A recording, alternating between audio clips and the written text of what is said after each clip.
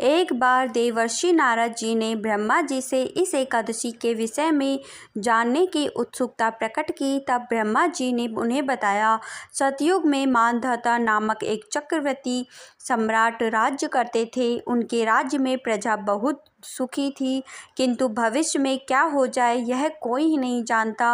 अतः वे भी इस बात से अनभिज्ञ थे कि उनके राज्य में शीघ्र ही भयंकर अकाल पड़ने वाला है। उनके राज्य में पूरे 3 वर्ष तक वर्षा न होने के कारण भयंकर अकाल पड़ा। इस दुर्भिक्ष अकाल से चारों ओर त्राही त्राही मच गई। धर्म पक्ष के यज्ञ, हवन, पिंडदान, कथा, व्रत आदि में कमी हो गई।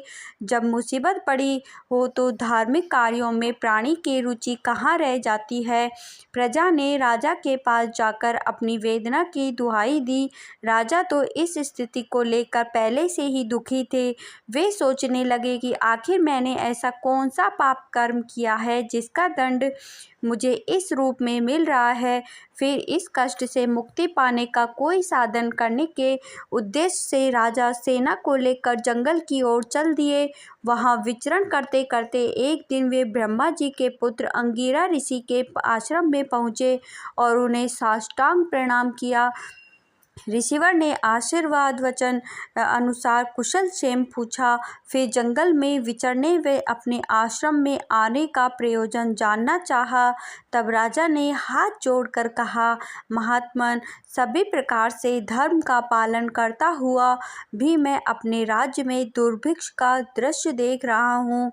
आखिर किस कारण से ऐसा हो रहा है, कृपया इसका समाधान करें। यह सुनकर महर्षि अंगिरा ने कहा, हे राजन, सब युगों से उत्तम यह सतयुग है। इसमें छोटे से पाप का भी बड़ा भयंकर दंड मिलता है।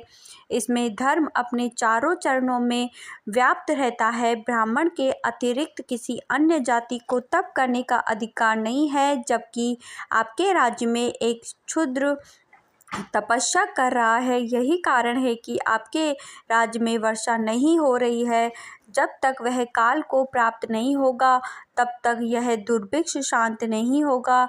दुर्भिक्ष की शांति उसे मारने से ही संभव है, किंतु राजा का हृदय एक निरपराध क्षुद्र तपस्वी का समन करने को तैयार नहीं हुआ। उन्होंने कहा, हे देव, मैं उस निरपराध को मार दूं, यह बात मेरा मन स्वीकार नहीं कर रहा है।